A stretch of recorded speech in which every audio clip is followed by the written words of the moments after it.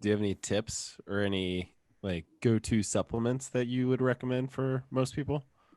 Yeah. I think the biggest one that I usually end up recommending is actually just tart cherry juice. So we know tart cherry juice helps reduce inflammation. It helps reduce DOMS, so that delayed onset muscle soreness. And so when you've You're got also someone taking that's notes. repeatedly training, yes, get your pens out.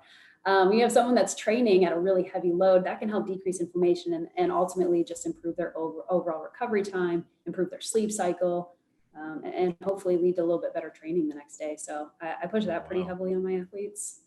Tart cherry juice. Is that? Yes. Wow. Have never heard of that. Really? Whole entire life. No, never.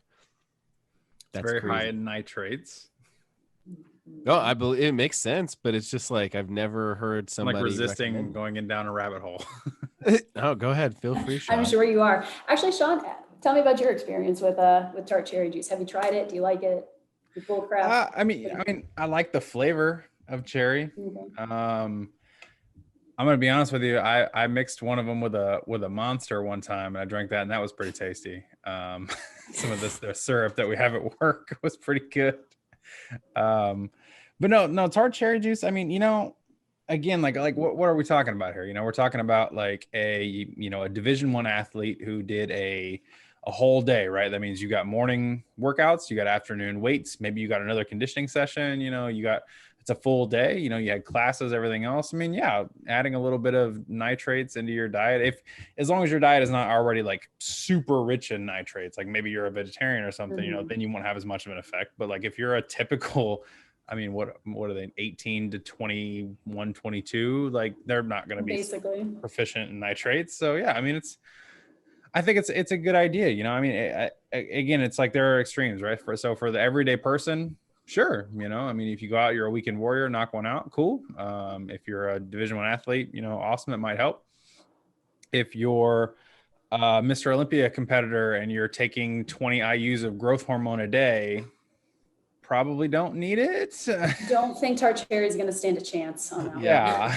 So I mean, there's levels to everything, Yeah. No, good point. Very good point.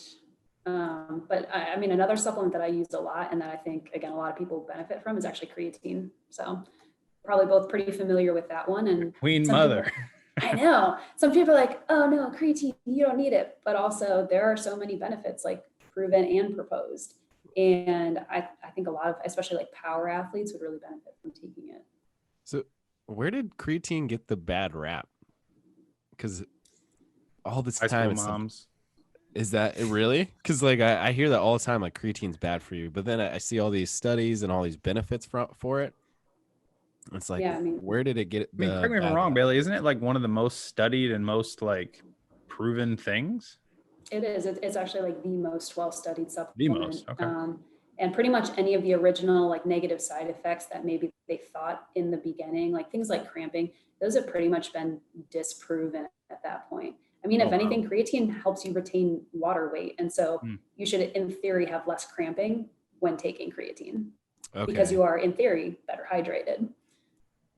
So I don't know. I think it just kind of got a bad rep because of like people were upset about like the false weight gain that you get from that water retention. So they were saying it was cheating and it wasn't fair. And it was like, you weren't really getting any bigger. You were just holding on to water. And so, I mean, people like to be critical of those kind of things.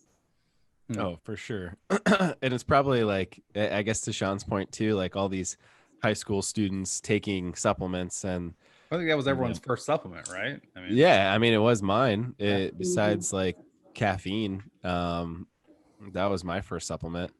But then it kind of branched out to like, multivitamins and fish oil and a variety of other supplements that I found beneficial as well. So it's very interesting. I'm glad you brought that up.